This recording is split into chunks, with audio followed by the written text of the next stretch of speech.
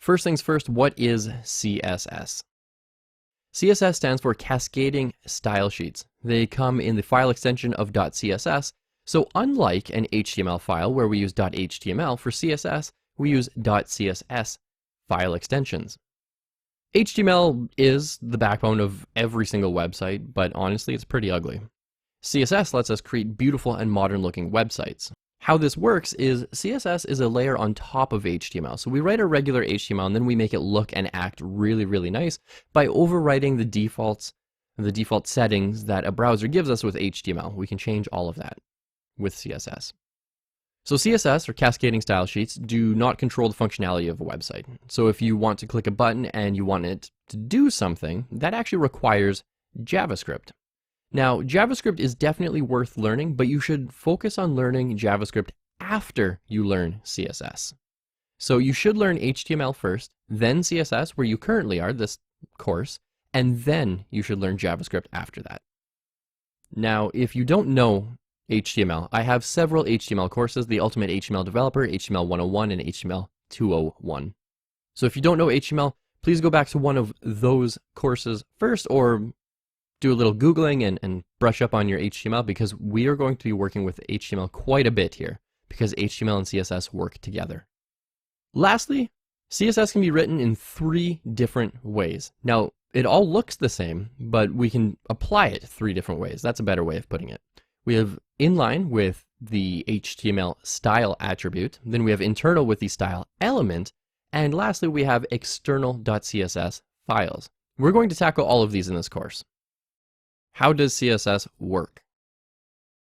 In HTML 101 and HTML 201 courses, we talked about the different browser rendering engines. So your browser does 3 primary things. Well, it does a lot of things, but when it comes to rendering content, it does 3 primary things. It renders your HTML, it renders your CSS, and it renders your JavaScript. And in this course, we're going to be using HTML and CSS, so it's going to be using the HTML and CSS engines. And just as a little recap, these engines have different rules. So your HTML looks a lot different from your CSS, and your CSS looks a lot different from JavaScript. They have different rules, so we write code differently. And this is the same right across all programming languages, and this is called syntax. We'll talk more about CSS syntax in just a little bit. So CSS is really just a layer on top of HTML. We'll always need to write HTML to make a website, so technically CSS is optional. You don't need to know CSS in order to get a website on the internet.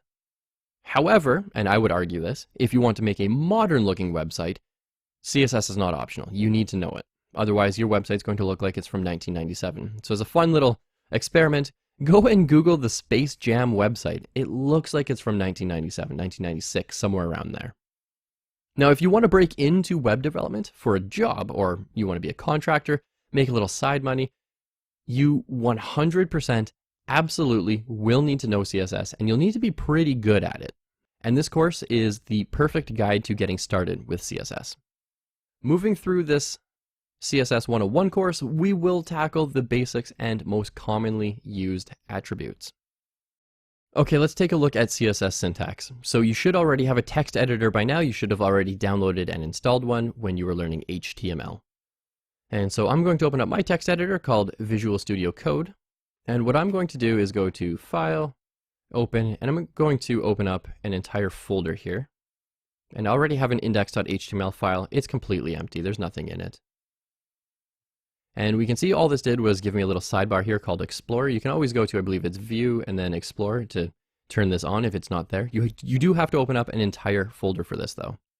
And I can open up this index.html file and do HTML:5, hit Tab, and it just fills everything that I need for me, which is really nice. And again, this is something we covered in HTML. So what I'm going to do is just ignore this stuff for now. And this is set to a Django template. Let's change this to HTML. And let's take a look at the CSS syntax. So there's 2 primary ways of writing CSS. You can write it right on an element doing the style attribute. You can say style color is equal to red. We'll talk about what color red and all that stuff is in just a little bit. Or you can, in your head section, write a style element. And in here, this is where you're going to write most of your CSS. It's going to look a lot like this anyways.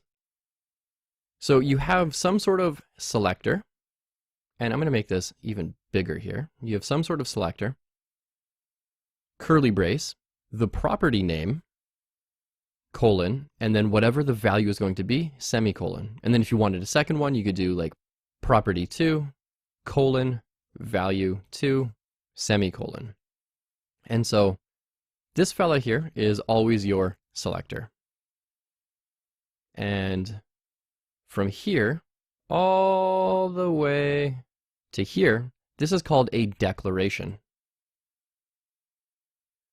where you have a property, a colon, a value, and then a semicolon. And always make sure you have that semicolon. And so this is what your declaration looks like. So whenever I say declaration, I'm talking about a property and a value together. So as an example, we could just go ahead and delete this, and we could say body, and that's going to target this body element. We'll talk about selectors and stuff a little bit later. I just want to show you what this looks like for now. Curly brace, we can put it on a new line if we wanted to, and we could say something like background color is equal to black. And let's go ahead and get rid of this, and I'm just going to load this page up in Google Chrome by going to File, Open File. I'm going to go to my desktop here, go to CSS 101, open up that index file that we were just working on, and we're going to see this background color is all black. And usually by default, it's white. And so this is what CSS does. It lets us do little things like this. So there's nothing to do, nothing to learn. I just really wanted to show you what the syntax looks like. Really, it's just some sort of selector. You're going to select like your body element, curly brace, closing curly brace, and between it we have a declaration. And a declaration is made of some sort of property type. Then it has a colon, and then some sort of value, and then a semicolon. And we could put another one on here on a second line. Color is equal to red if we wanted to. And then we could put a third one here. Third value. And we could do this on and on and on. So again, nothing to learn. Let's go ahead and get started with that next lesson where we actually start diving into CSS a little bit more and get a little more hands-on with this. Okay, let's take a look at inline CSS. So from the last video, I just cleaned up this HTML a little bit, got rid of that old CSS. And when I refresh my page, it's a standard HTML page. Literally nothing on it. It is as plain as it gets. So let's go ahead and create an H1 element. So I type H1 and then tab in VS Code, and it creates an H1 element for me. And then I can say style is equal to, and then we can put some sort of element or a property or declaration in here. And we can see there's all sorts of stuff to choose from. This is all CSS, by the way, all of this. We're not going to learn all of this because that's going to take forever to learn, but we're going to learn the most commonly used things that will get you 90% there on pretty much every single website. So I'm going to avoid putting in a style just for now and say this is an H1, and I'm going to copy this down and create another H1. Again, I'm going to give this a blank style attribute. It's not doing anything at this point. This is another H1. And so when I refresh the page, we see an H1 and another H1. Nothing is different from HTML. However, in this style attribute, we can now say something like font size is equal to 10 pixels. We'll talk about font size in its own particular lesson, but I just want to show you that this is how we can write some inline CSS. So I go ahead and refresh this, and you can see that this is still an H1, and if I right click and inspect, in here, it's still an H1. However, it differs from this one. This is a base style H1, this one is an H1, but we gave it a font size of 10. Now we could also change other things, like let's change the color of the second H1. Let's say the color has to be blue. And remember, I'm writing a declaration here. So I write the property name, colon, space, value, semicolon. And I can save that, go back here, refresh my page, and now it's blue. And we can merge these together if we wanted to. It doesn't have to be just one change at a time. If we wanted to add multiple styles or multiple CSS declarations, we can do a semicolon, because that semicolon tells the computer, oh, this is the end of this declaration. Look for another one. So we can say font size is equal to 20 pixels. And even though I don't have a space here, that would work, but I like adding a space and it just looks a lot nicer when you're writing massive amounts of CSS. So let's go ahead and save that, flip back to our browser, refresh, and we're going to see that this is going to be a little bit smaller, not quite as small as the first H1, but a little bit smaller, just like that, and it's still blue. And with my inspect tool open, and again, all I did there was right-click inspect, went to elements, select my H1 that I want to edit, and over here we can see we've got color. We can toggle this on and off. We can change this to, we can click blue and change this to red. And we can change the font size. And so we can toggle all of it off. This is what it looks like by default. We can toggle it back on, and this is what it looks like after our CSS. So effectively, we have written inline CSS. Now, this is a good way to get started, but it is not a best practice. So just keep that in mind. We are going to break this rule throughout this course, and that's totally okay. But in the wild, when you're writing real production style code, you're probably not going to use this too often. Okay, let's take a look at internal CSS. So in the last lesson, we wrote internal CSS, and that's just style is equal to, and then we wrote our regular CSS. We can actually pull this out and put it into internal CSS. So let's do this. In our head, let's write style. And then remember from, I think it was 2 lessons ago, we had a selector, curly brace, then we wrote the property, and then some sort of value. So this is a property, color is a property, 10 pixels is a value, blue is a value. So if we wanted to select all the H1s in this page, we can do that. So what I'm going to do here is I'm going to get rid of this, and I'm going to get rid of this, and I want to show you the before and after. So I just saved that, head on over to my browser, hit refresh, and we can see it's back to normal. Now what I can do here is I can change the selector to like an H1, and this matches the element name. So I can select the body, or I can select an H1, or a paragraph, or bold, or a div. I can do anything like that. Now we changed the color of one of them. We can say color is equal to, or colon, space, which is a lot like saying it's equal to.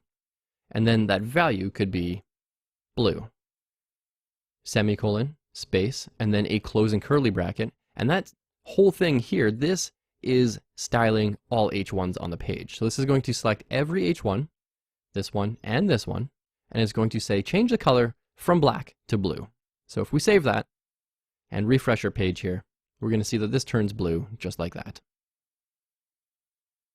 Now we can add another one in here.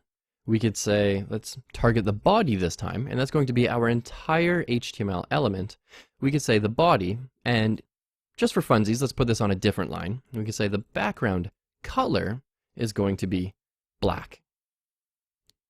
And so we can see here that it does work on multiple lines. It's totally okay to have it on multiple lines. You don't actually need the spaces, although I would argue put spaces in there because it makes your code a lot more readable. And we're going to change all of the H1s to have a font color of blue. And then we're going to change the entire page, the entire body, to have a background color of black. And so we don't add a comma after this. We don't do anything fancy. The only way your browser tells or can tell that this is an H1 selector is this closing curly brace. Same thing with your body. It's going to say, oh, there's a body. Okay, open it, apply your styling, close it. And so let's go ahead and see what this looks like now.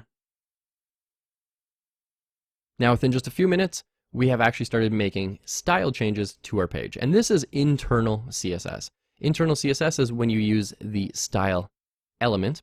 Inline CSS is when you use the style attribute like we did in the last lesson. What I would like you to do is give this a shot. Go ahead and change your body background color. You don't necessarily need to know too much about this. Feel free to pause this video and just copy this text right into your document, and then open it up in your browser and see that it actually made a difference. Just get used to writing this particular syntax here, where you have a selector, an opening curly brace, your declaration, a closing curly brace. Okay, welcome back. In this lesson, we are going to be talking about selectors. Let's talk about selectors. I keep saying this word, selectors. So what I'm going to do is, just from that last lesson, I'm going to go ahead and I'm going to delete this. and save that page and just refresh, and we can see that it undid everything. This is a base HTML page now.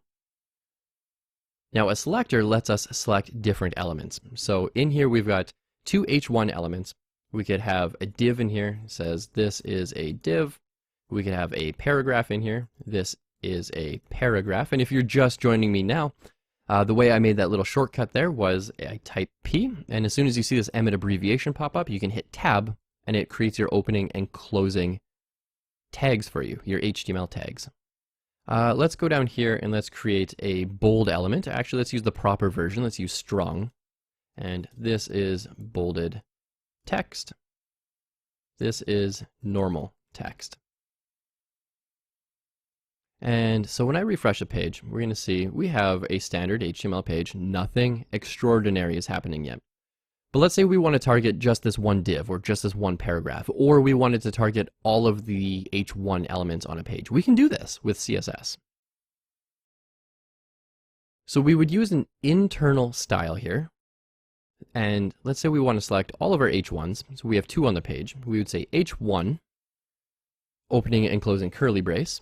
And let's change that color to blue. Save, head on over back to our browser, hit refresh, and it changes it to blue. Now let's say I wanted to select just this paragraph and make it real ugly. We could do that too. We could say, select the paragraph, and you notice that these match the HTML element. So this H1 is literally the H1 element, and this P is literally the paragraph element. And let's throw this on just one line this time. We can say, make the paragraph background color. And what color do we want to change this to? Let's change this to, what do we have here? Dark magenta. Make sure you have that semicolon. Make sure you have that closing curly brace. Save. And let's go refresh, and we can see that this text is going to change. Hopefully that is a visual change that we can see in this video. Yeah, there we go. So we have something that's actually working here. Now this is a selector. A selector is the ability to select just particular elements. Now we can select it by an element, we can select it by a class, we can select it by an ID, we can select elements by their attributes if we wanted to. But we're not going to get into that just yet. We're going to tackle these one by one. So what I would like you to do in this video is make an H1, make a div, and then just target that H1 and change the color of it. I do not want you to change the color of the div. Let's talk about class selectors. In the last lesson, we were able to select all the H1s on a page, and we were able to change them. We change the styling, change how they appear. In this lesson, we're going to take a look at how we can select multiple elements using a class. So let's say we have an H1, select me, and below this we have a div, select me too, and we also have a paragraph, don't select me. Now there are several ways we can select both the div and the H1, but in this lesson we're going to look at the class attribute. So if I go into my H1 here, type class, then this is just HTML. We can change this color to blue, and we can also say in the div, blue. And so you see that how they both have blue in common. They're both a class. In our CSS, we can't type H1 and div, although we can do this. This is a different type of selector. We'll talk about this later. We just want to be able to select the H1 and the div, but we want to select it by the fact that they have this common attribute. They have this common class called blue, and we can do that with dot blue. And so I just made a selector here, dot blue, and you can think of class as dot. Now, if you ever watched the TV show called Reboot, you can think of dot is a classy character, because classes are dots in CSS. It's just a shorthand method of writing this out. So now we have dot blue selected. It's going to select our H1 and our div, and in here we could say color is equal to blue. Save and refresh this page, and we can see that it says select me is blue, select me too is blue, don't select me is still default black. Now, what if I wanted to make this a little more complicated? Let's add a paragraph in here with some lorem. So I hit lorem, or I type lorem, hit tab, and it creates some lorem ipsum text. And if we preview, it's a regular paragraph. Let's go ahead and select this But let's make this H1 and the paragraph uppercase. So we can change this by adding a class. Class is equal to, and let's call this uppercase. And this name is not super important, but I'm just going to call it something simple like uppercase. And let's also add a second class selector onto our H1. So we use space uppercase. And you notice how these two now have something in common. We can go back up to our CSS and we can say class uppercase. Open our syntax there. We can do text transform, and then we have all these different options here. Let's go with uppercase. And let's save that. Let's go back to our page, and we're going to see that select me and this class, this element. So we can see that the H1 select me and this paragraph is going to be uppercase. Just like that. So now we've selected this one and we've selected this one, but we have not selected select me to, the second one, or the last one. So this is a good example of how elements can share something in common, and we can apply styling based on that thing that they have in common. We also looked at how we can have two classes or more. You can have more and more and more in here if you wanted to. And the way we separate these is with a space. So we said the first class is going to be blue, the second class is going to be uppercase. So it made our first element here blue and uppercase. The second element only has blue, so we go up here. It only changes the text color to blue. And then in a paragraph, we're saying only uppercase, and it's only changing that to uppercase. It's not changing it to blue. Lastly, we have an element down here, don't select me, and there are no classes, there are no selectors for the P element to change all P elements. So this is just default, whatever the browser is going to give us. Oh, and one last thing here is these are case sensitive. So .uppercase is not the same as uppercase with a U. Make sure they are spelt the exact same. I see a lot of people throughout the years, I've seen them do something like this where it's uppercase and then this one is lowercase u and this one is an uppercase u. And they say, oh, it doesn't work for me. Why is it broken? It's actually not. It's just very case sensitive. So uppercase or even like blue and uppercase B is different. This is saying select blue with an uppercase B. So it is different. So just keep an eye on that. All right, let's take a look at ID selectors. An ID selector is a way to select something based on another HTML attribute called ID. And so we can say in this one here, let's make some space here. We can say the ID for select me is going to be the title. And we do this, we select this one with a number sign. And so in CSS, we can go back to our style element here. I'll just move that up a bit. We can do ID, the title, and this is case sensitive as well. And we can change this to have, let's say, text decoration of underline.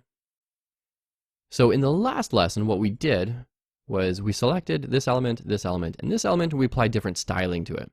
In this lesson, we're going to select me by its ID, and we're going to give this an underline. So let's go ahead and refresh, and it's now underlined. And the reason that's not blue is because in the last lesson, I was telling you how this is super case sensitive. That was the case here. Let's go ahead and refresh this. Now it's blue, it's underlined, and it's uppercased. And we're using multiple selectors here. So this H1 element has the blue styling, has uppercase styling, and it has an ID called the title. And once again, that ID just starts with the number sign.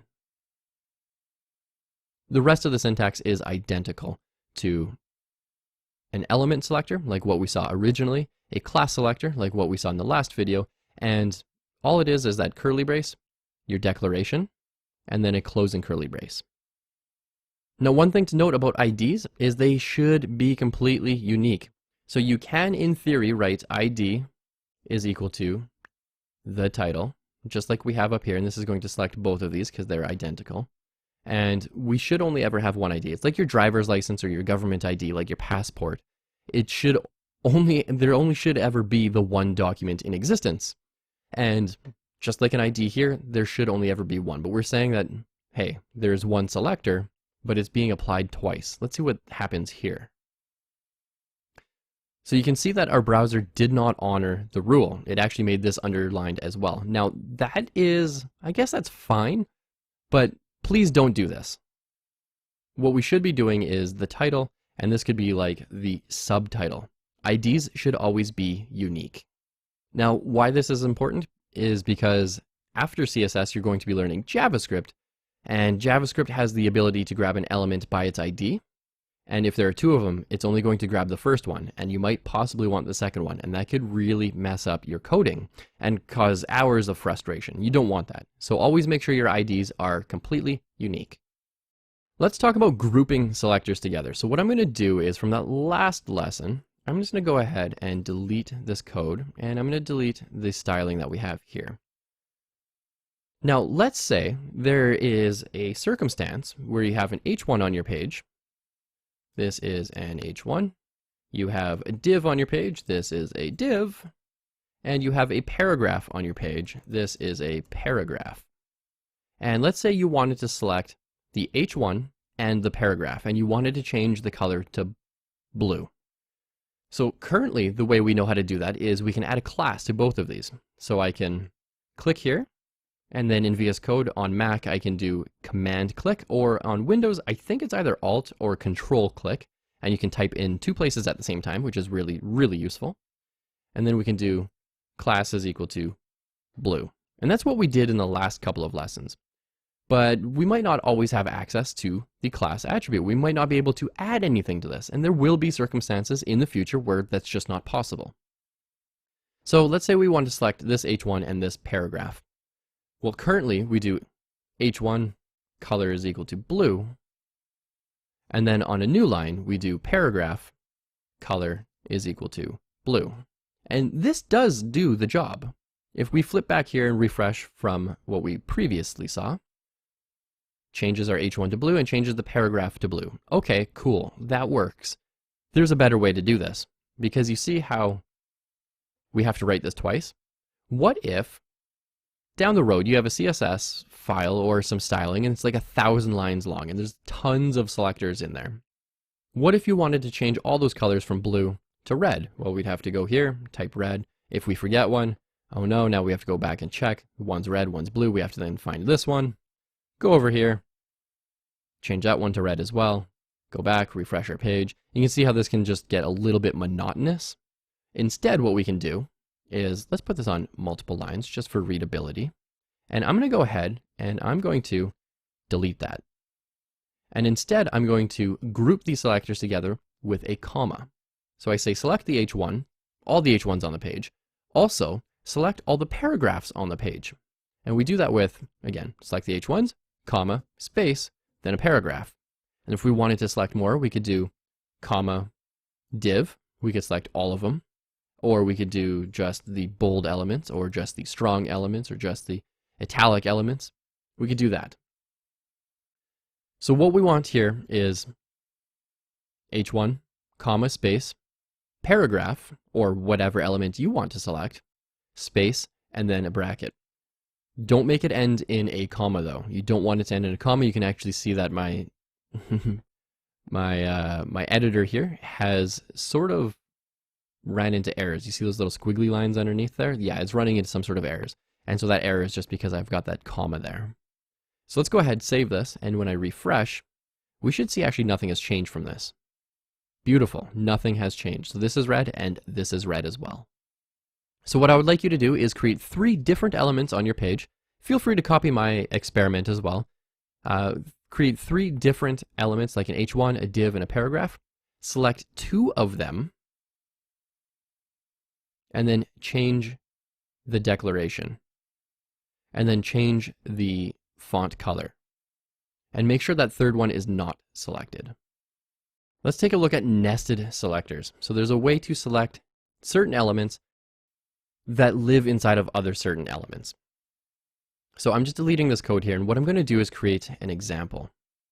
I'm going to create a div, and in that div I'm going to have a paragraph. So I type P, Emmet abbreviation shows up. I can now hit tab.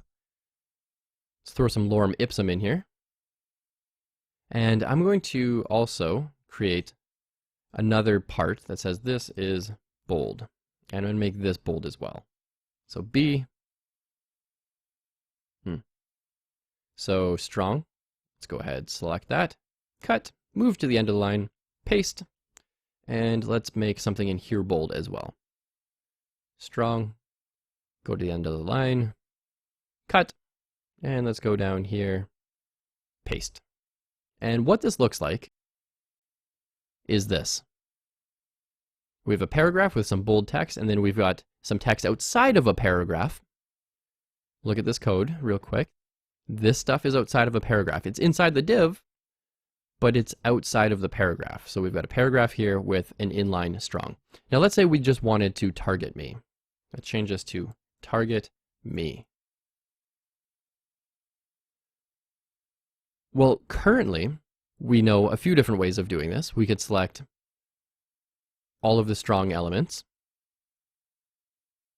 We could give it a class. We could give it a class called selected if we wanted to, or we could add an ID of selected. Or maybe not the same one, not the same name as a class name. That gets a little confusing. Select me.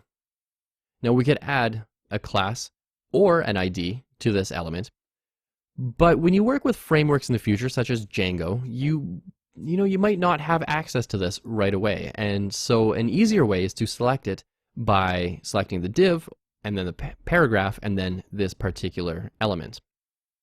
And so maybe let's just put this on a new line as well, make this a little more readable. And let's get rid of this stuff in here. So let's look at nested selectors.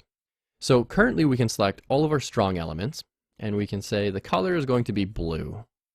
And this is great, but it selected this one. Maybe we don't want that one to be selected. Maybe we want just this one to be selected. How do we do that? We can do that without a class. We can do that without an ID. We cannot do that by selecting just the element because there are two different elements here. So what we can do is we can say target all paragraphs and then all the strong elements inside of a paragraph. And we do that by saying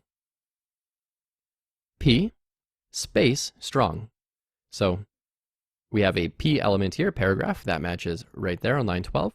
Space, not a comma, not a dash, nothing like that, just a space, then strong. And what's really cool about this in VS Code is you can just put your mouse in here, click, and if you look up here, it says strong P div body HTML. It tells you exactly where this element is living. So we just want to select all the paragraphs. So we're going to select every paragraph on the page. And then we're going to select every strong element inside of each of those paragraphs and turn it blue. And so when we save this and refresh our page, we're going to see that this one will turn black and this one will stay blue. Just like that. Now that is called nesting selectors, and we can go as deep as we want as well. So if we wanted to target just the ME here, we could say this is italics. And if we wanted to target just this one, we could say select all the paragraphs on the page, select all the strong elements inside of each paragraph, and then select all the I elements inside of each strong element. And so again, if I put my mouse there and I click I strong P in reverse order, that's P strong I. And you can see that it matches up here. And so let's go ahead and give this a shot. And now only this is blue. And it inherits the italics that our browser tries to apply by default. So that is nesting. I really want you to give this a shot. So go ahead and create something like this, where we have a div and a paragraph. Make this blue, and then have a paragraph outside of your div. Don't target this. This should not be blue. So I want you to target this one, but not this one. Don't use a class, don't use an ID, use a nested selector. Let's look at commenting code. In CSS, there's a good way to comment code, but it's a little bit different from HTML. So in HTML, and I'm just leaving off from the last lesson here, that's where I got this code from. In HTML, we have less than, exclamation mark, dash dash, and in here, we have an HTML comment. In CSS, it's kind of similar, kind of different. Same, but different, you know? So in here, in our style element, we do slash asterisk, and you can see it turned everything below here gray. And then we can say, this is a CSS comment. And to close it, we do asterisk, and then that same slash. So we just do it backwards. So this is the forward, this is the opening one, and this is the closing one. And this is a CSS comment. And so you can write what your CSS is doing. You can comment out your code like this. I'm going to do a shortcut way on VS Code. I can do command. It's command plus slash. On Windows, it's going to be control plus slash. And so I just go to this line here and I hit command or control slash, and it comments it out. So in the last lesson, what we did was we were targeting this little ME here. But because I commented that code out, my browser is now going to say, oh, okay, I know that there's code here, but it's in a comment, so don't execute it, don't do anything with it, don't even think about it, just pretend it doesn't exist. And when I hit refresh, we're going to see that this changes back to black, and it's still going to be italicized, but it's not going to be blue anymore. Just like that. And so code comments are really good for leaving your thoughts, your ideas, your to-dos. If you, let's say you're working for 2 hours tonight and then it's bedtime and you want to pick it up in the morning, you're going to see this a lot. To do a thing in here, something like that. Or if you're just testing out code and you want to comment or uncomment, you can always just test it out like this. And all I'm doing is commenting and uncommenting with command slash or control slash. Let's take a look at text colors now. Now, we've been working with this a lot. I think we're pretty familiar with how this works, but just leaving off from that last lesson, we're selecting P strong I, which is going to be down here, P strong and then I. We're going to target that ME. And let's make this really obnoxious so we can really see what we're working with here. Font size is going to be 50 pixels, and we're going to change that color to blue. So if I go back here, this is going to be a big ME. It's going to be blue. It's going to be italicized. We're going to see it just like that. But we've been typing names like blue or red, and we can see that if we type in color and then hit a colon, that VS Code is nice enough to give us all sorts of options in here. Now, these are nice, but when you're working with a designer, they're not going to be using these perfect colors. They're going to be using different styles. Or not styles, but very, very particular colors. So if we wanted to, we could have like black. Let's scroll up here. We have black. What about gray? How many different colors of gray are there? Look at that. There's light gray. There's probably something like a medium gray. There's all sorts of different types of gray in here. But we don't have to stick with just a name. We can stick with a hex as well. And so this is called a hex, and it's usually 6 characters or 3 characters. So it's like FFF, FFF. And you're going to see that VS Code has said, oh yeah, okay, that's white. We can do 000, 000, 000, and that's going to be black. Now, if the last 3 characters are repeating from the first 3 characters, we can shortcut it and just say 000 or FFF. Or if we wanted an eggshell white, we could do something like F5, F5, F5. These are 2 very common ways to add colors. Now, as you're learning CSS, it's totally okay to use like red, blue, black, gray, green, yellow, orange, whatever color you want to actually type out. But when you actually start working with a real design, it's going to be very specific. So it's not just going to be FF0, 0, 0, 0. So that's red. It's not going to be the perfect color red all the time, because that's an obnoxious color red. Maybe it's going to be a darker red, slightly lighter red, maybe just an off shade of red. Your designer is going to be making that choice for you. And so you're going to want to make sure that whatever they're using, you can use. And so that's where hexes come in, hex colors. There's nothing to do in this lesson. I just wanted to show you that this is how these work. And you can have, again, a color, like a named color, or instead of black, you can have number sign 000, which is the same as 000. Okay, let's take a look at different color types. In the last lesson, we looked at named colors and hexes, but there's another one. Actually, there's a few of them. But the 3 you're going to be using for the most part are named colors, hex colors, and RGB/RGBA. And I'm going to show you what RGB and RGBA are in this lesson. So first things first, I just have a blank document here. Let's go ahead and create an H1 just because it's nice large text. And it's going to say change my color. And when I refresh my page, it just says change my color. So nothing fancy. Now I can select this H1 and I can say color is equal to blue. And it changes it to blue. Or I can say red, changes it to red.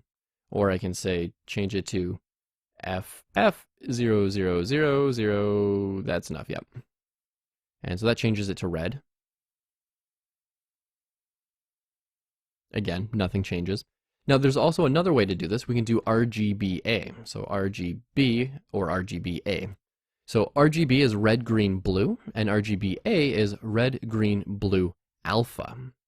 Now let's do RGB first. So let's change this color to 125, that's red, 125 blue, and 125 green. I did that backwards. Red, green, blue, nailed it. And so let's see what 125 is. Now the highest number you can go to is 255, so make sure it's between 0 and 255. Let's go ahead and see what this looks like now. It's a shade of gray. It's about 50% gray.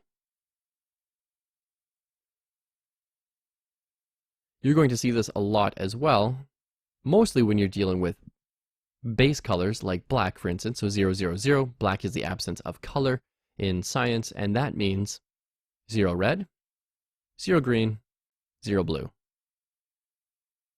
Changes it back to black. Now, if we wanted to make this transparent a little bit, we could do RGBA, and as that fourth parameter here, we could say comma, and then instead of like 50%, we use a decimal. And so let's do 0.5, and that's 50%. And this is just like grade 7 mathematics, something like that, where 1 is equal to 100%, 0 is equal to 0%, 0.5 is equal to 50%. So this is going to be black, but it's going to be 50% see-through. So it's going to look gray, just like that.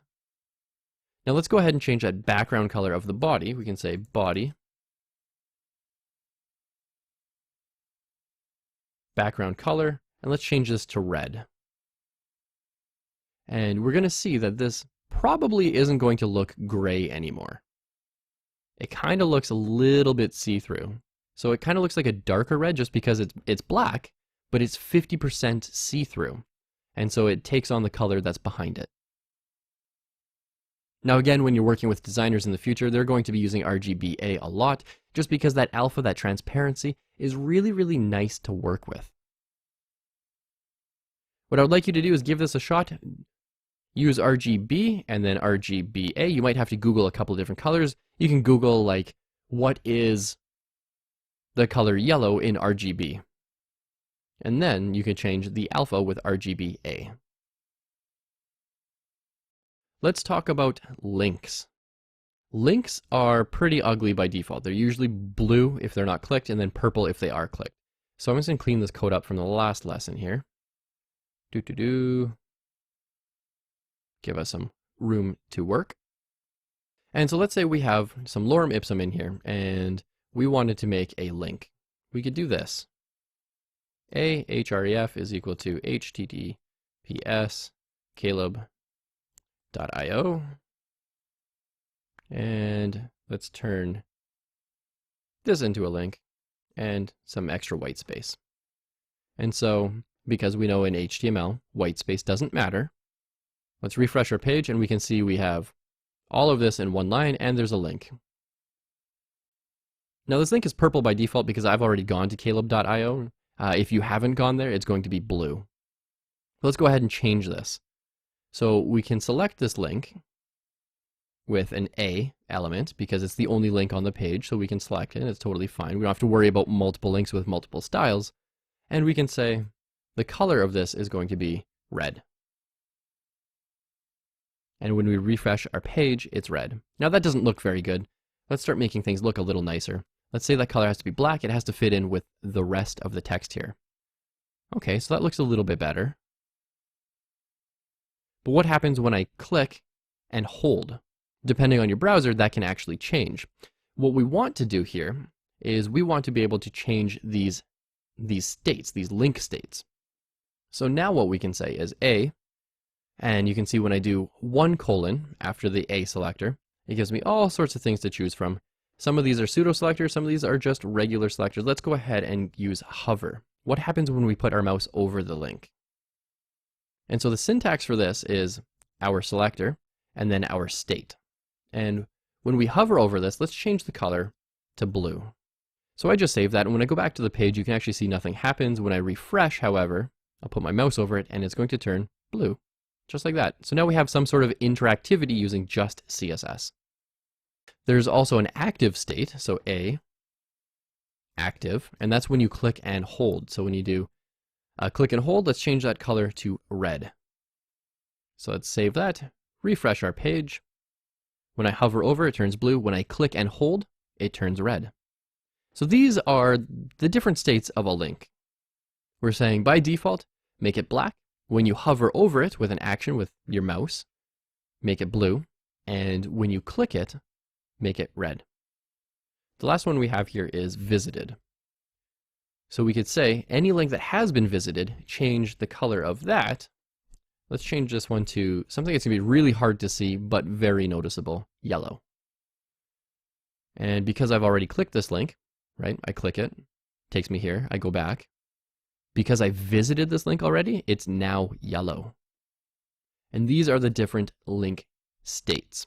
So go ahead and give this a shot. I want you to create a link on your page, change the default color, change the hover color, change the active color, and change the visited color. I want you to experiment with these and get a little bit of experience with it, because you're going to be using this probably every single day as a front-end web developer. All right, let's take a look at font sizes. So font sizing, we've actually worked with this a little bit. All I'm going to do here is create an H1 and put some lorem ipsum in there. And when I show you the page, yep, that is pretty obnoxious. But we can change this. And let's give this a class of small. That's just what we're going to call it. And so we can say select all the H1s on the page with a class of small. And this is new. This is a new selector. We haven't seen this yet. So we're going to select every H1 and then make sure we only select the H1s out of that group that have the class of small. And we can do font size, and let's make this like super tiny, like 3 pixels. So I'm going to save that, refresh, and it's super tiny. I'm zoomed in quite a bit too. I'm at 200%. If I zoom out to 100%, yeah, you can't even see that whatsoever. 200%, you can barely even see that. So that's how we change the font size. And that's the font size declaration. So it's font-size, space, and then your measurement. Now we don't use a measurement like 3 because 3 is not going to do anything. If I do this, refresh, it's almost like nothing happened. And what I can do here is comment this line out. So it's as if it doesn't exist.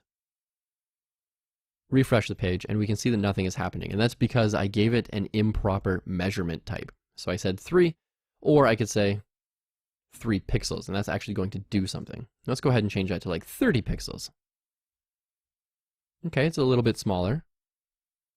What happens if we said 75 pixels? This is going to be huge, just like that. So that's the font size. There's not really much to do here. You've probably already worked with font size in one of the previous examples already, just because I was using it as a way to example other things. But if you haven't used the font size declaration yet, go ahead and give this a shot. Don't forget to use pixels. There are other measurements, but we're going to talk about measurements in the next lesson. Okay, welcome back. Let's talk about measurements. So in most CSS, not all, but most, we are going to be using measurements such as pixels, ems, rems, things like that. So these are all different types of measurement styles. But for the most part in this course, we're going to be sticking with pixels, just because it's the easiest to wrap our head around.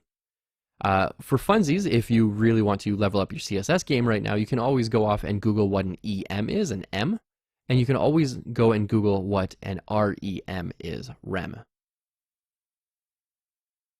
But throughout the rest of this course, we are going to be sticking with pixels, just because it's a little more absolute and easier for us to understand at the very beginning. And again, this is a CSS 101 basics course, so we want to stick with just the basics for now. But even when you're working with a designer, a design is going to come in and it's going to say that something has, for example, a height of exactly 50 pixels. And so you might want to be using pixels for the most part anyways, instead of ems or rems, just because it is a lot more absolute. So there's nothing wrong with using pixels. We're going to be using pixels moving forward. But if you want to level up your game, you can always Google what an em is and what a rem is. Background colors. Okay, let's save this page. This is a blank page. And when I refresh my page here, we see absolutely nothing. Now we've worked with background colors a little bit, but let's go ahead and start making our page look a little nicer. Let's actually start working with some stuff that we can keep. So I'm going to select my body element, and I want to give this a background dash color, and then a particular color. Now I know I want off-white, and this might be a little bit hard to see at first, but hopefully when I do the transition, it shows up in the video. So this is just regular white, and if I refresh, you can see it's a little bit off now. Now what I can do is I can always right-click, inspect, click my body, and you can see the background color is F5, F5, F5. What if I wanted to change that to red, F00? Or black, 000, or default white, doesn't do anything. F5, F5, F5, and this is what it's going to look like when I toggle this on and off. So white, off-white, white, off-white, something like that, just so it's not as hard on the user's eyes. We could also do something a little darker, F0, F0, F0, and we can toggle this on and off as well. So now we have a very light gray color. So that's a background color. You can use a hex color, you can use a name color, you can use an RGB or an RGBA if you wanted to. We learned about color types already, so feel free to use any color type you are familiar with. Background images. Let's go ahead and add a background image to our page. Now a background image has slightly different syntax. We can say background image, and we do image. In HTML it's img. In CSS we actually type it out, it's image. And this one isn't just like website.com/img.jpg. Not quite like that. It's very similar, but not quite. Instead, what we do is URL braces or parentheses, and then we put the link in here. Now, this can be a relative link. This can be an image that's in your same folder, or it can be an absolute link. And we learned about those in HTML, so you should be familiar with pathing and absolute and relative links by now. Now, I don't currently have an image. Let's go ahead and grab an image. I'm going to go to unsplash.com. And let's go ahead and grab this cool image because this is pretty nice looking. Let's grab that original size. That's going to be a big image, but let's grab it. And I just put that image into my CSS folder. So it's right beside my index.html. It's called background.jpg. And you can see in VS Code it shows up here. And when I click it, we can actually see what it looks like. So that's pretty cool. And in the URL, I'm going to say background. I'm going to have to make this just a touch smaller. Background.jpg. And that's going to link, and VS Code is actually smart enough to use this one, but it's going to link to this one over here. And this is a relative link. So let's go ahead, go back to our page, and even though we have a background color, the background image is going to take precedence. So let's go ahead and refresh. And, well, we don't see anything because that image was far too big. So let's go ahead and try to contain this image now. We can do background size, and VS Code is going to give us options there, like we saw. Contain or cover. Let's go with contain and see what the difference is between contain and cover. So save that, refresh.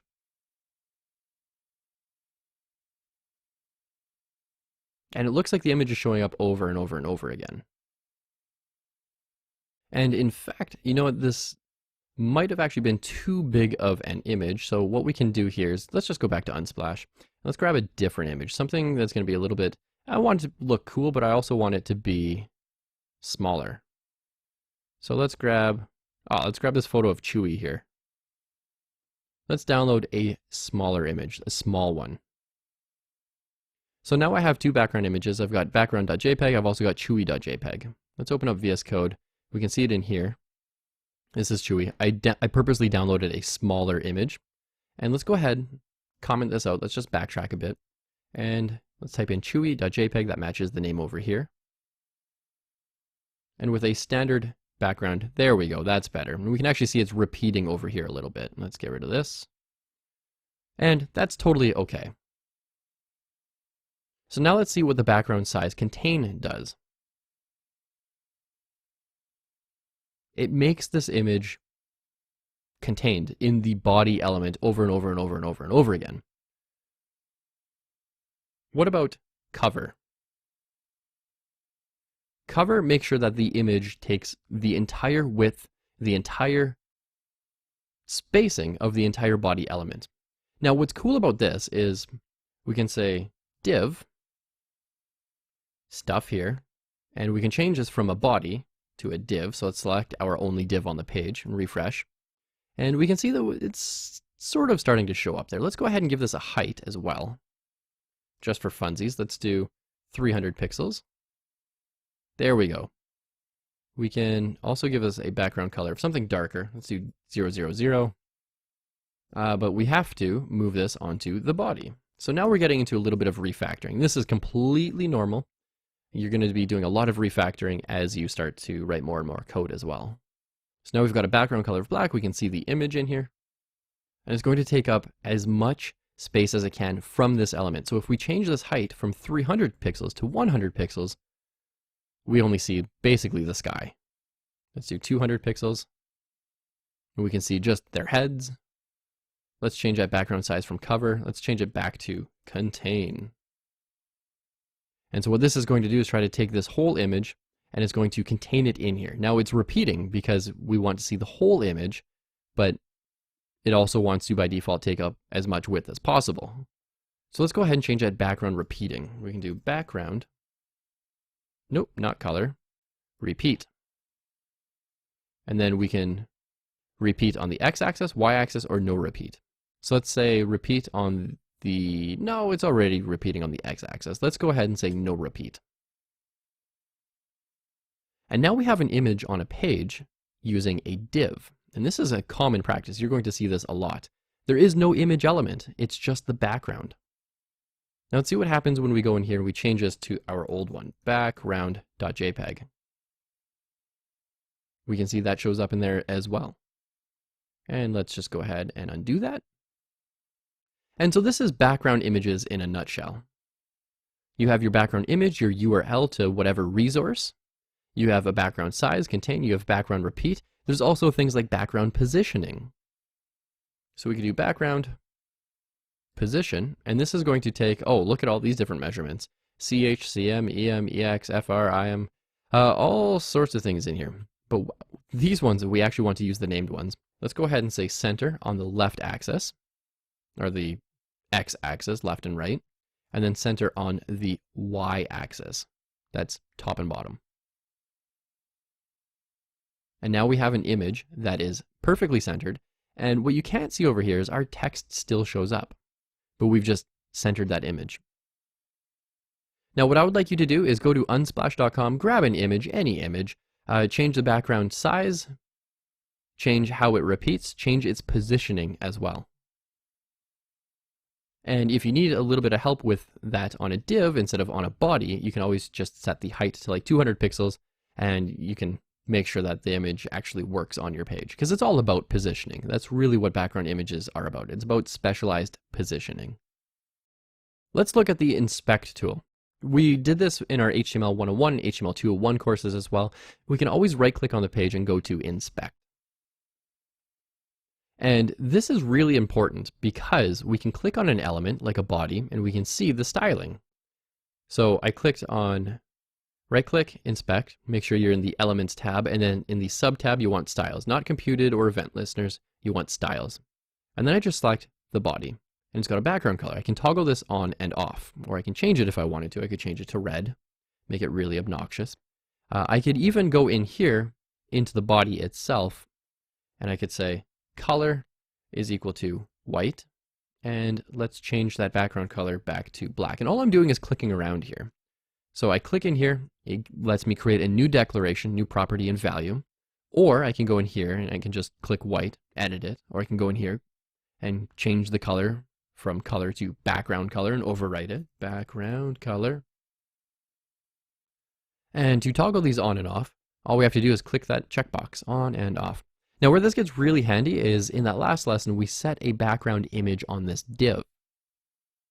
Now, what if you don't know all the values?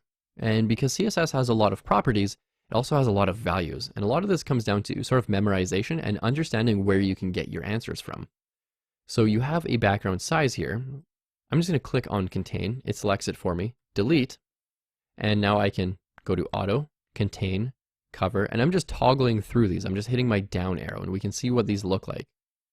So we have three main ones here. So auto is the same as initial, as revert and unset, but contain and cover are different. So we can see what we're looking for here. Now, why this is important is because if we go back to contain and we wanted to change the height, we could do this. We can make that height bigger and bigger and bigger, and we're actually not going to see too much here. But we can make it smaller, and that's just because my inspect tool was in the way. And there we go.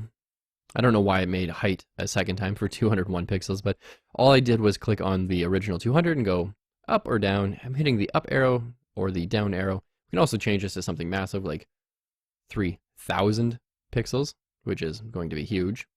Or we can change the height to 300 pixels. And if we want to experiment, that's cool. We can absolutely do that. We can toggle it on and off, see what the default is. We can do all sorts of things. And if you're ever like, ooh, you know what else is there? You can always just type in background and you can see all these different things. There's background attachment, blend mode, clip, color, image, origin, position, position X, and position Y, repeat, you know, it goes on and on and on and on. There's all sorts of stuff in here. And so if you're ever like, oh, I want to learn more about background images, for example, you can absolutely do that by going into your browser. And the nice thing about this is you don't actually need internet for this whatsoever. You don't need to be able to Google it. You don't need to be able to Bing search it or look for an answer on Stack Overflow. You can do all of this right in your browser. Now, the last thing to note is I'm going to change a few of these things. So let's say I get rid of centering and I change it to be this. If I hit refresh, it's going to go back to the default value. And that's because we didn't actually change anything in our file here. This file is untouched. What our browser essentially does is takes a copy of our index.html file and renders it, and then says, oh, this is the stuff that was rendered. Here, you can play with it. It's a sandbox, it's a playground. So when I hit refresh, it's going to go back to the normal page, and I'm going to lose my progress. So usually what I do is I'll change something in there, and then I'll take all this, copy it, copy, and then I'll just throw it in here, and paste. And then I'll just fix up sort of the syntax here to make it a little more readable. And you can see that it's exactly what we have written already. So that's how I make changes in the browser and then copy it into what I actually want to keep. Moving forward, we're going to be using the inspect tool a lot. And moving forward, you're going to want to rely on the inspect tool to see everything that you can possibly see. Let's take a look at text alignment. So let's say we have an H1 on our page. Hi, my name is Caleb. We can select this H1, and let's do this with an ID. So we've got an ID of intro, and we can say, select the H1 with an ID of intro. And in here, by default, this is going to be aligned to the left. So let's refresh our page from what we were working with, and it's aligned to the left. Now let's say we wanted it to be centered or to the right. We can absolutely do that. All we do is text align, and we can say center, justify, left, right, start, inherit, initial, or unset. We want center. And so when we save this and refresh our page, it's centered. Now, a cool thing we can do here is we can just go up to our element, right click, inspect. Make sure you've selected that H1, and where it says text align center, we can change this. So this is what center looks like. End, initial, inherit, justify, left, revert, right. There's all sorts of stuff in here. The ones that you're probably going to work with is going to be left, right, justify when there's enough text. And we're not going to get into that one, and center. So left, right, center, and maybe justify. In this lesson, what I want you to do is create some text, use like an H1, and change that text alignment to be centered. Then open up your inspect tool and change it to be right, like that. Now, if you are writing HTML and you've been writing the center element, no longer use that. You can rely on CSS instead. It's better to use CSS than to use the center element. If you have not been using the center element, please ignore that. You saw nothing.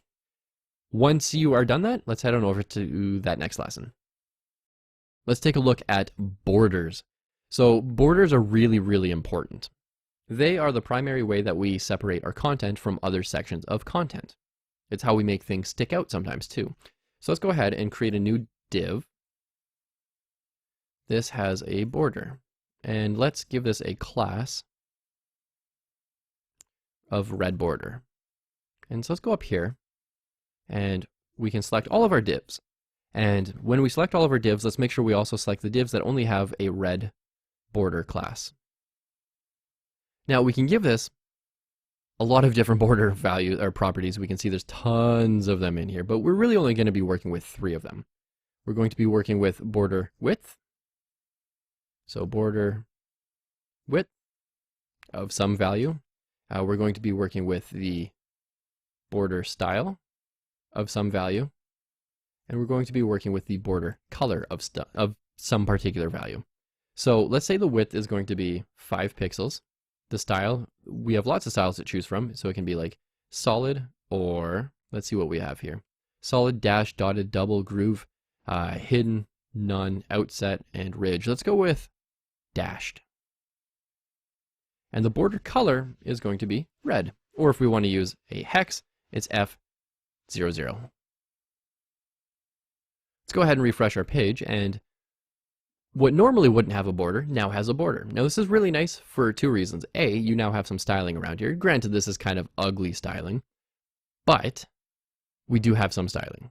And the second nice thing is we can see that this border takes up all this space, so we know for a fact that this is a block element. We learned about block elements in HTML 101 as well. Now there's a shorthand way to do this. We can also say border. We can give it a width, then the style, then the color. So we can say border is 1 pixel, solid black, and because programs read things from top to bottom, it's going to say set that width, set the color, set the style. Oh, but actually, not because it's shorthand, just because we've basically rewritten this a second time down here as shorthand, it's going to accept this one. So it writes this to your page, but it's so fast, when it gets a new rule, it says, okay, overwrite that. So now when I refresh the page, this is going to have a 1 pixel border black. All right, continuing from that last video, what I did here was a border width of 5 pixels, border style of solid, and border color of red. So it's this ugly red border. Let's go ahead and make this really atrocious. Let's see if we can really make this obnoxious. 50 pixel width border. Yeah, that's pretty gross. That's honestly too gross. Let's do 15. That's a little better. So in this lesson, we're going to be talking about border radius, and we can do border radius as the property, and then it takes some sort of value. Now, typically you're going to be working with either pixels or percents. So let's do a 10 pixel border radius. And what this is going to do when I refresh a page is it's going to make a nice little angle here, a nice little radius, just like that. Now we can apply this to images, not just borders. We can apply it to anything, any element out there, as long as it has some sort of hard edge. Well, luckily, every element in HTML is made of some shape of rectangle, so they all have hard corners, and you can apply a border radius to everything. Now, what if we didn't want the border radius to be 10 pixels? What if we wanted it to be as round as it could possibly be? Let's do 50%. That's looking pretty gross, and you know, it's good to know that we can do things like this as well, because there is a place and time for this. And I'm going to show you right now how this sort of works. Now, this looks disgusting, but what if we said this element has a width of 200 pixels and a height of 200 pixels? Now, it's going to be perfectly square. I'm going to comment this out, and this is going to be perfectly square like this. Let's move that down, and we have a red square. Now, if I uncomment the border radius, we can see it's a perfect circle. So now there is a place and time for a border radius that is super obnoxious, like 50%. Now, what I would like you to do is create a new div on your page, give it a border, some kind of border, give it a border radius of 50% or 5 pixels or 10 pixels or 1 pixel if you want to be like really, really elegant about it. Give it a width and a height so that you have a perfect square, and then just fiddle around with it. So give that a shot, pause the video here, and when you're done, hit resume and we will learn a little bit more about border radius. Okay, so this is border radius, and what this does is it applies the radius to the left, the top right, bottom left corners all equally. And I commented that out, so we're not going to see that anymore. Now what we can do is we can specify an individual corner. So we can say border top left radius is going to be, let's say, 5 pixels. Border top right radius, let's make this one obnoxious. Let's make this 50. And let's do border bottom right radius. Let's do this one as 5 pixels. And the border bottom left radius. And now we have something that looks a little bit like a leaf. So now we're starting to make shapes, which is really interesting because all this is a border. And what I find to be kind of peculiar is if I right-click on this element, go to inspect, and hover over this, you can actually see it's still a square. Your browser thinks this is a square, but the CSS engine then renders it to not be perfectly square. So what I would like you to do now is try to fiddle around with the border top left radius, top right, and bottom left radius.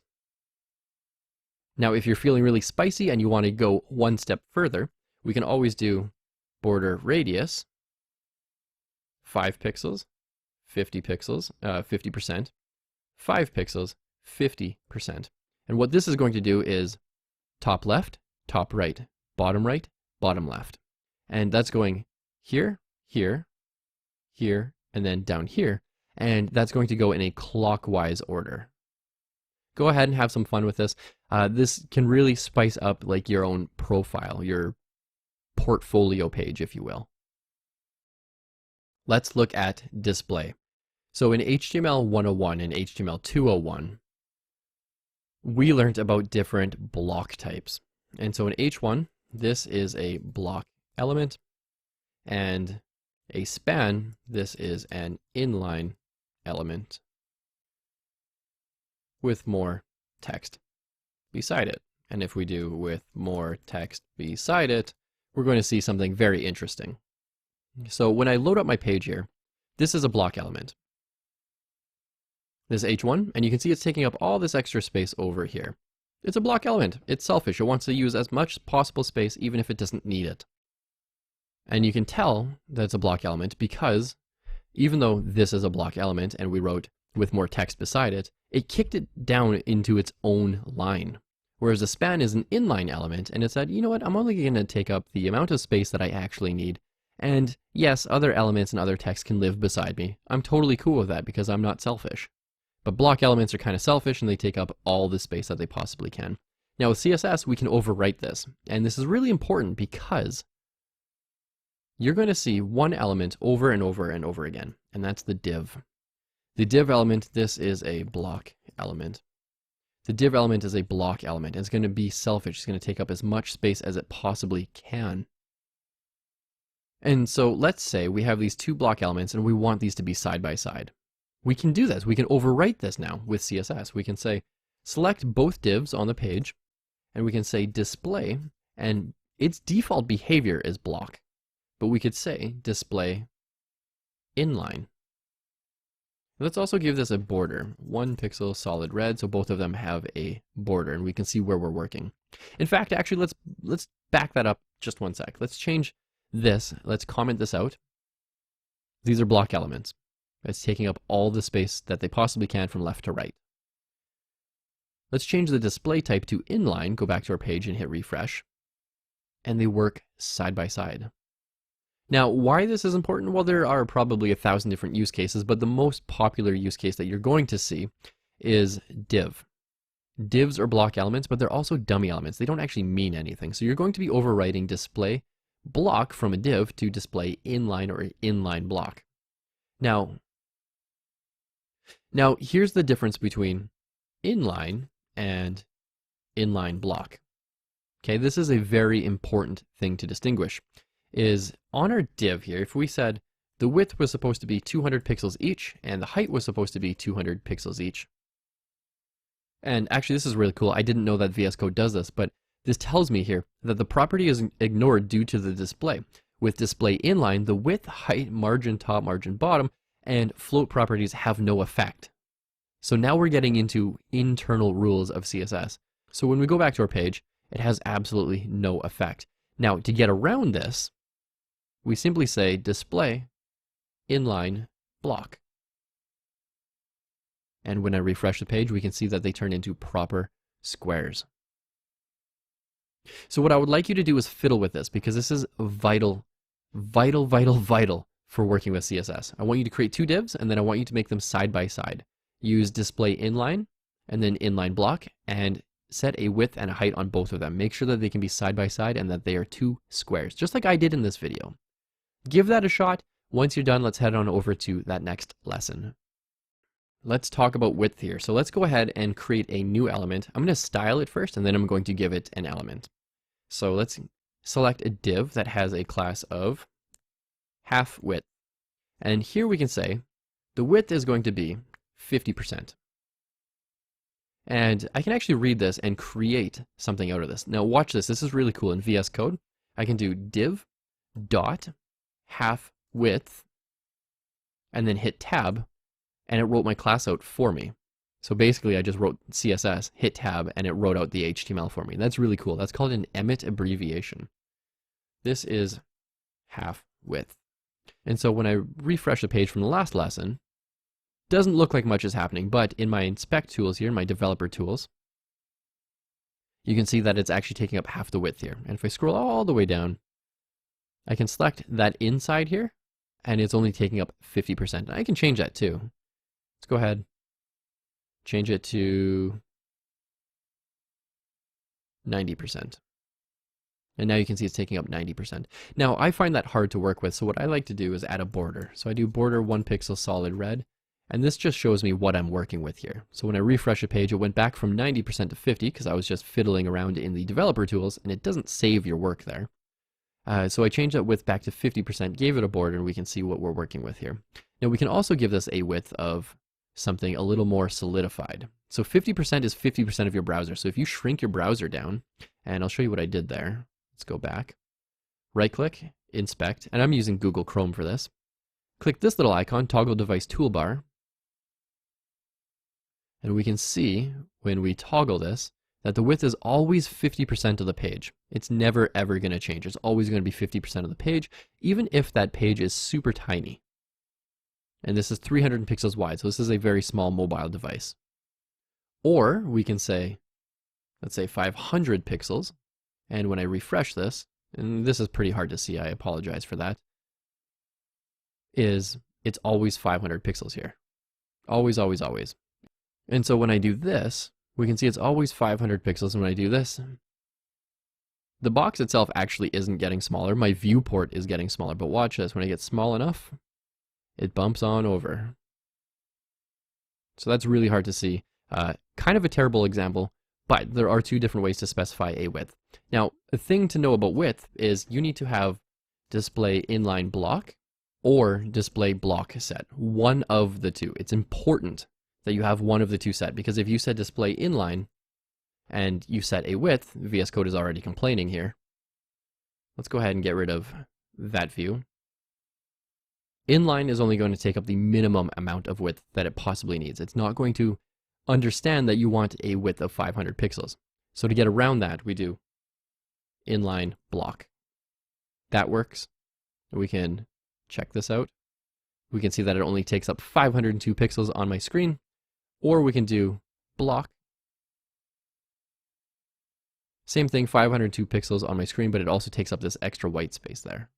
Now we can do the same thing without a div. We can change this to a span. Let's get rid of display block so it's normal thing. And let's go ahead and change this to a span. So span, half width, 500 pixels, 1 pixel solid red border. Well, a span is an inline element. We can tell it's an inline element because the width is not being set here. We can also tell that it's an inline element because if we go here and just hover, it's using the minimum amount of space possible. But we can overwrite that. We can say display inline block or display block, and this will now accept width.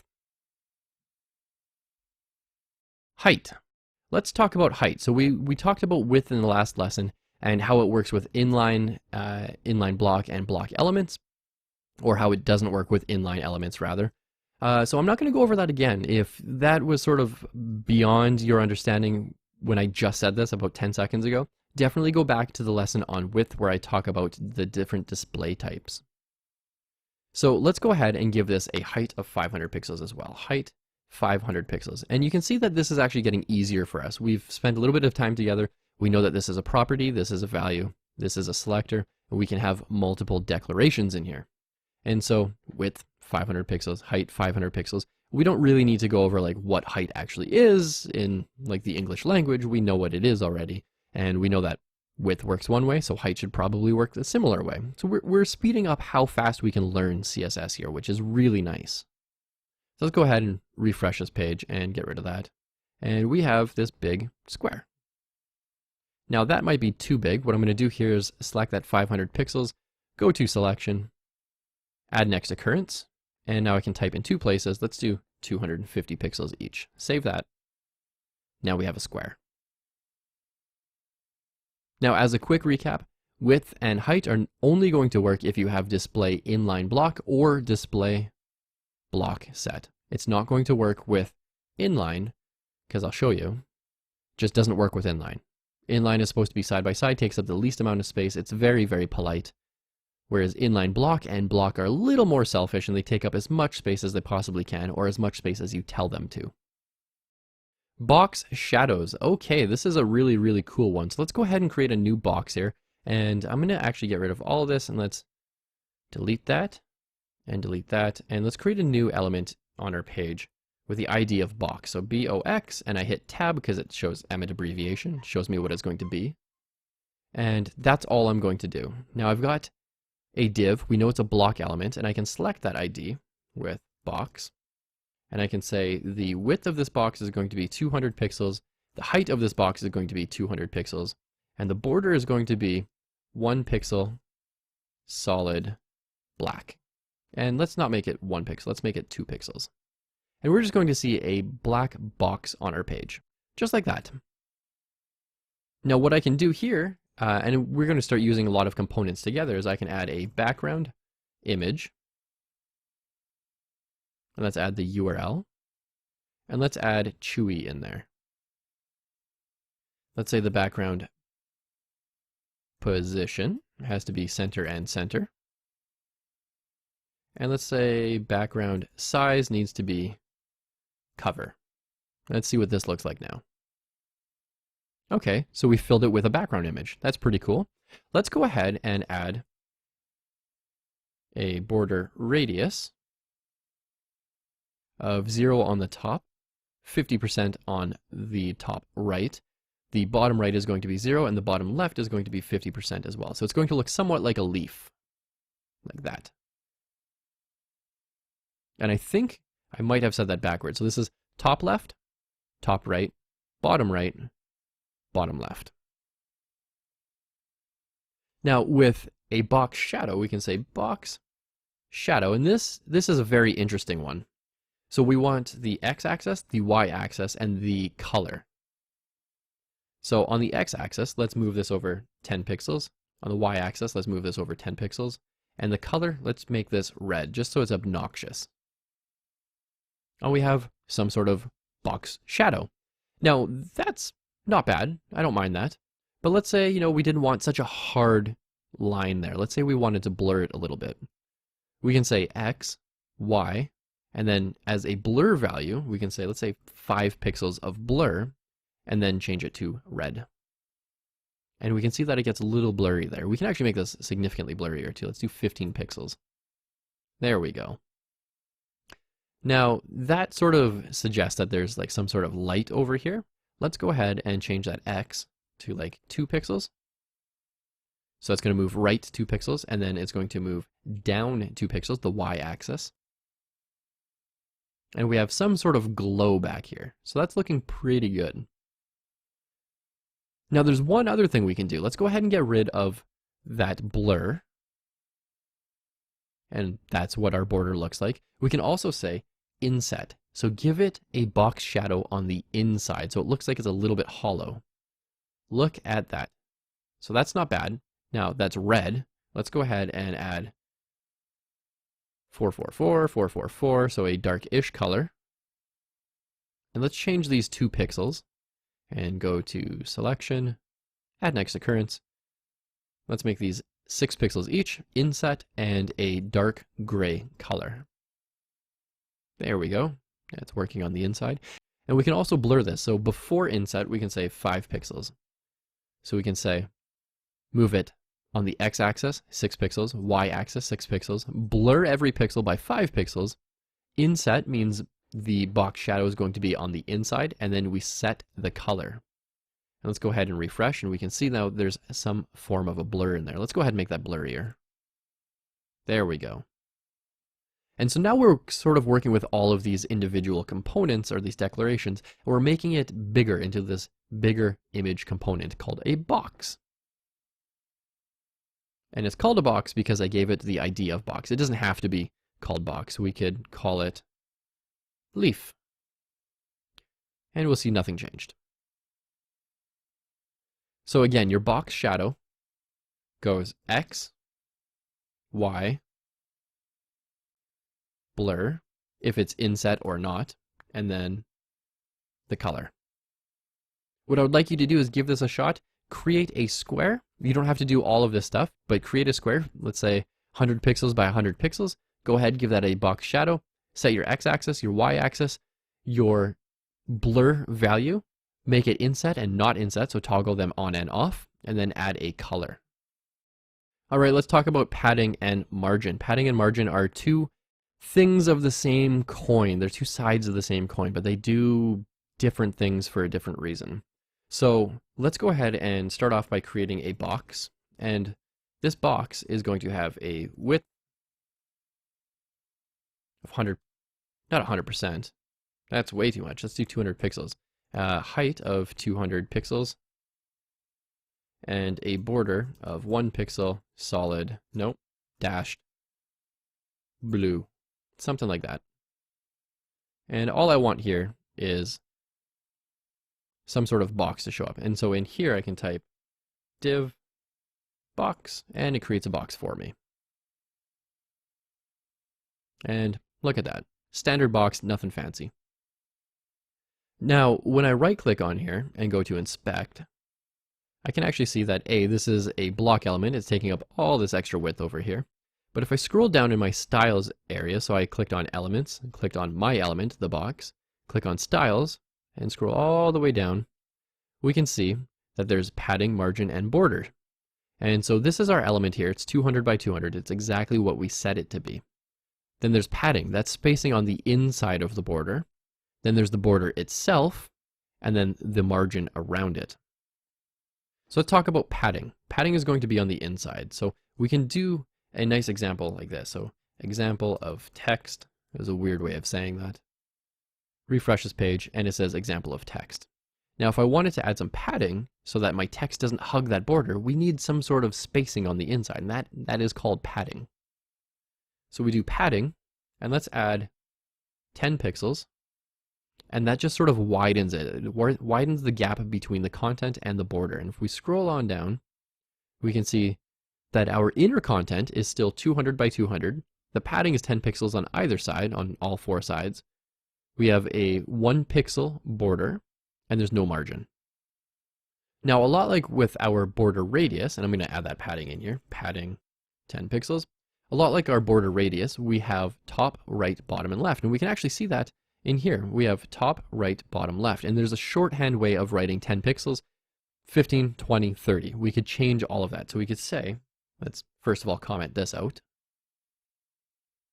We could say padding 10 pixels, that's the top.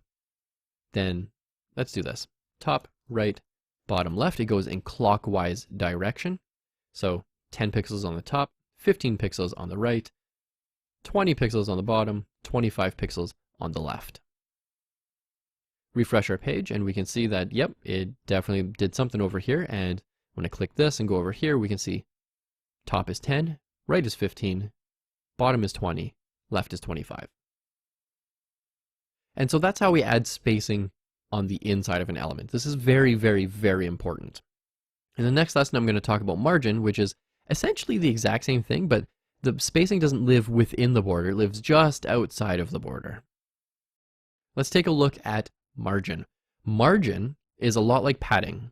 However, padding is inside of a border and margin is on the outside of a border. So carrying on from our last video, our last lesson, let's go ahead and add a margin of 30 pixels.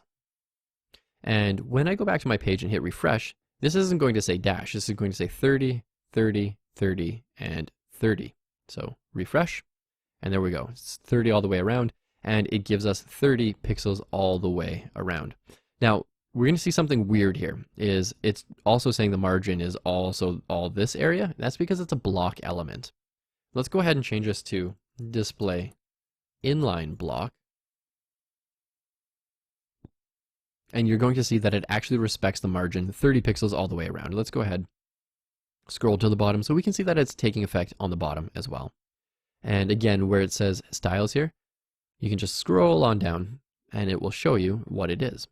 And just like padding, it doesn't have to be just margin 30 all the way across. What we could say is, let's copy this. And I just copied that whole line. Margin, so we've got top, right, bottom, and left. And now we can see 10, 15, 20, 25. That's exactly what we told it to do. Now, a really cool thing, if you ever want to center an element, is we can do margin. Let's say we wanted margin auto. And what this is going to do is automatically center this for us. And actually, I forgot a thing. It needs to be a block element. So this one needs to be a block element. And that's why it reserves that extra space all the way over here. That block element is reserving that space in case it needs to move around a little bit. So when I hit refresh, we have now centered our block element. And if you want to give it a top and bottom margin, we can always say margin dash top 50 pixels, margin bottom 50 pixels. And there's a shortcut way to do this as well. We could also, or alternatively say, margin top 50 pixels, right auto, bottom 50 pixels, left auto. And we can comment this out as well. Go back to our page and refresh, and that top margin's been applied, but it's still centered in the middle of our page. Okay, let's talk about max width. We have been working with width quite a bit. Let's go ahead and use max width. Now, max width is not necessarily going to be used on every single element, but it is going to be used on, let's say, an inline element. So let's say we have some sort of element with an ID called inline, and it's going to have a, not a width, a display inline block. Let's go ahead and create this element. Inline, hit tab, and some text here. And let's also give that a border so we can see this. Border, 1 pixel, solid red. And so we see this text here. Now we can say, because it's an inline block element, that it should only ever reach a maximum width before the text breaks onto a new line or overflows. So when we say give something a width of, let's say, 500 pixels, it's going to give us a width of 500 pixels. But let's say we wanted it to be flexible. So it can start off this small and it can get up until this size. We would use a max width. So let's go ahead and add a max dash width. And we're going to see that the width actually changes back down to the minimum size. And in our tool here, our developer tools, we can right click inspect. And let's add a bunch of text. So I'm just going to copy all this stuff in here and we're going to see something very interesting. This doesn't take up the entire width. This takes up 500 pixels, 502 pixels actually, because there's a border on the left and a border on the right. They're both 1 pixel, so 502 pixels in total. And what we can do is, because we've selected this element, we can say that max width. Let's click on that and let's go. See, we're making it bigger and bigger and bigger. And eventually the text is going to start getting a little bit shorter and wider on the page. That's what max width is. So a width is a hard set value. So we're saying the width has to be like 500 pixels. But a max width can be anything between 0 and 500 pixels, or whatever you set that value to be. It doesn't have to be 500. It could be any value.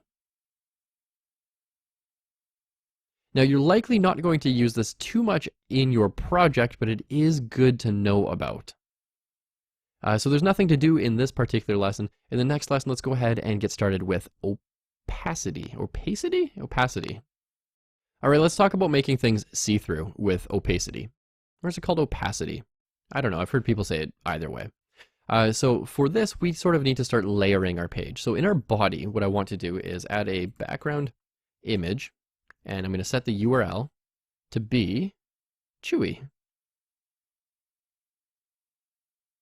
Let's go ahead and refresh our page here, and we have this image of Chewy. I don't really care that it's repeating right now. We could totally touch that up if we wanted to. We know how, but I want to create a box somewhere on the page and be able to see through it. So let's go ahead and create a new CSS element. Let's give it an ID of box, and it's going to be display block, width 200 pixels, height 200 pixels. So now we have a perfect square. We could do margin. We know how to do this, like we know how to make this centered. So we could do margin auto, and that will center it for us. Or we could say margin top is going to be 50 pixels.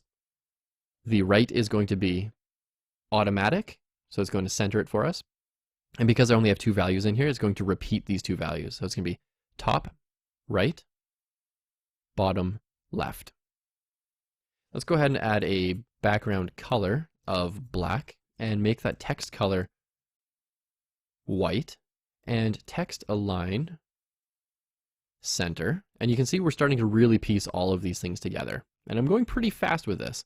Let's add a padding of 25 pixels as well. And so what we should see here is in the middle of this page, we're going to see a 200 by 200 block with some white text, black background box.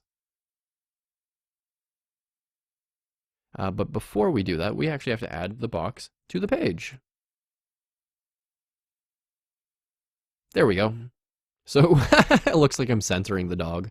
That's funny. Did not mean for that to happen, but that's still funny. So what we can do here is we can actually make this transparent. Now there's no text in here. Let's go ahead and talk about Chewy real quickly. Hi, this is Chewy. He's an amazing doggo.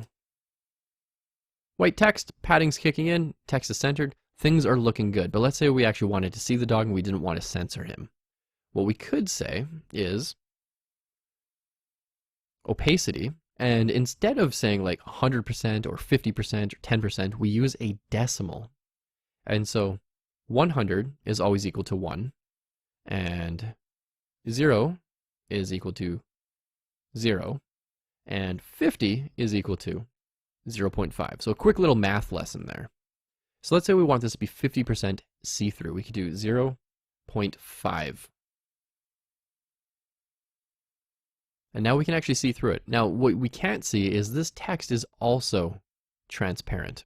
Now, this is one way of doing opacity, and this is going to change this entire box to be not transparent, but translucent. It's going to be 50% see-through. Now, we could do this a different way and make that text make sure that it's not see-through. So, a good example here would be color is equal to red. And that's not really red, that's pink, and it's because it's 50% see-through. Let's go ahead and comment out that opacity, and let's change that background color to RGBA. So we're going to do 0, 0, 0, and 0.5 for 50%. And this is going to change a background color, but that text color is not going to change. It's not going to be 50% transparent because we said, hey, the whole element has 100% transparency, but the background color, just as one declaration, has 50% see-through rate. And there we go. That text is a little more bold, but that background didn't change. So there's two ways of doing opacity here. You can use RGBA, which a lot of people are going to do because opacity is going to change the entire thing to be translucent. Or you can change the entire thing to be translucent using opacity. Now, what I would like you to do is experiment with this. You can even use this exact same code that I've written here. But I want you to experiment with this using RGBA and opacity. And remember, because we're using translucency or transparency, we're making it see-through anyways, we want to use a decimal, not a percent. All right, let's take a look at external CSS. This is very, very important. So far we've been writing all of our styles inside of a style element. What we can do is we can throw all of this into an external file. So we create a new HTML file, not an HTML file, an HTML element called link. So I just typed link, hit tab, and it created a rel style sheet. And this is the relationship of the linked document. So we're saying, hey browser, there's going to be another file that you need to go and fetch for us, but just so you know, it's going to be a style sheet. And then the href is going to be the name of the style. So we can do style.css. Now, just taking off from that last lesson, if I right click inspect and go to console and then refresh my page, we're going to see 404 error file not found. Style.css does not exist. And that's because we don't have a file called style.css yet. So what we can do here is new file, style.css, and it's empty. There's nothing in it. So if I go refresh my page, that error doesn't show up. So my browser now knows that there is an external file being pulled in and it's being pulled in properly. Now there's nothing in there, but what we can do is we can say, grab all this stuff and cut. We can get rid of our style here. And we can go to our style.css and paste. And we can get rid of that comment, that's not needed. And just save that file. So we save both files here. And now we've cleaned up our index.html file. All of our CSS is in its own .css file. Refresh the page and everything works perfectly. Now, if I were to delete everything out of this page would be pretty boring. But if I were to put everything back into this page, it has a little bit of life, a little pizzazz now. Now, at first you're probably thinking, well, why on earth would I do that? What's really nice is you can create another index file or another file. We'll call this second.html and some other text in CSS 101. Let's change this to second page. And so now we have two HTML files. We've got index.html and second.html. If I go back here, index.html works. And if I go to second.html, this works as well. Actually, that changed my zooming level. There we go. So when I flip between the two pages, I get all the same styling, all the same goodies, but I can change my text, I can change my content. Now again, where this gets really, really powerful is if you have 100 HTML files, you don't want to be writing style and then going in there and being like box, yada, yada, yada, and copying and pasting that 100 times. That will drive you nuts. And that is no way to live your life as a web developer. Instead, we throw everything into an external file and then we link to it. And now I can change, let's say I can get rid of the background image on style.css, and it's going to take effect on both index and second.html. So let's go back to our browser, and I'm going to hit refresh. This is on second.html. We can see that up here. I got rid of the background. And if I go back to index.html, I got rid of that background as well. And all I did was commented out in one place instead of two places. And so it's a lot more efficient to write your code like this. Now there's another benefit is when you are serving your website, your browser can actually cache this entire CSS file, so it doesn't have to download it every single time you view a page, and it's actually significantly faster, so it's good for your users as well. So the preferred way to write CSS is in a CSS file. I just called it style.css. You can call it literally anything you want .css, as long as it has that .css in there. Now, I really, really need you to give this one a shot. This is very, very important. This is, again, a super vital part of CSS and HTML and how they link together. So in your index.html file or whatever file you're creating, I want you to add a link. Take all of that styling, throw it in your style.css. Notice how there is no style element in here. There's no style element whatsoever. And then take your insides, the inside of this element. So you had a bunch of stuff in here. Take your selectors, cut them, and put them into your style.css file. So make sure that works with an external file. And then after that, I want you to level that up, copy this file into like another one called second.html, and make sure that your CSS file loads on both pages at the same time. All right, let's take a look at floating elements. So what I'm gonna do here is I'm gonna comment out this box, and I'm gonna keep my external style sheet linked to my page. So I'm gonna write code in style.css, but I'm not going to delete this. I wanna keep this because maybe I wanna use it some other time. But I'm gonna leave or make some extra space to work here. And what I wanna do is demonstrate floating elements. And so a floating element is this is very interesting. So we can have a paragraph, and we can put lorem in here, and we could copy this paragraph over and over and over again. Let's go ahead and copy this over and over and over. Actually, nope, that was wrong. Let's back that up. Let's add a line break. Let's do this way. We're going to have a lot of text in here. And let's refresh our page. And so you can see that style.css is still working for us. Actually, let's go ahead and comment that out, because that's going to be counterintuitive to this lesson. There we go. And so we have all this text in here. And now the idea of floating is when you have an image, you can put an image somewhere in here, and you can either make it float to the left or float to the right. And that's going to make your text wrap around everything. So let's go ahead and add an image, and I'll show you what a normal image looks like inside of a big paragraph like this. We could do, let's say the BR here, we could say img src is equal to chewy.jpg, and let's give it a width of 200 pixels, and the height is going to be automatically inherited. So whatever the aspect ratio is for a width of 200, it's going to have the proper height. And that didn't work because I spelled chewy wrong. Okay, so we've got this image over here, and like it's close, but it doesn't really look like a news website or like a newspaper would do it. We actually want the text to wrap around here. So what we can do is we can say style is equal to float, and then we can say float right. And what this is going to do is, boom, move that image all the way to the right and have text flow around it, which is really, really nice. We can also say float left, and it does the exact same thing.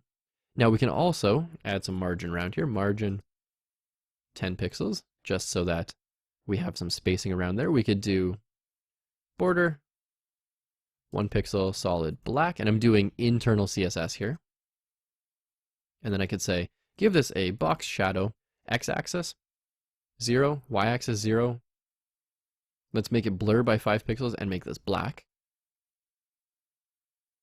And now we have some sort of image that actually sticks out. Now this is all internal CSS, and this is probably the most frowned way of writing CSS. So I'm going to grab that, cut, delete it, and I'm going to give this a class of floating image. And then if I go over to style.css, I can select that image with image.floating image. Alternatively, this would work as well. And I can just paste that in there. And so new line, move over there, new line. And if I did that right and I refresh this, nothing should change. Beautiful.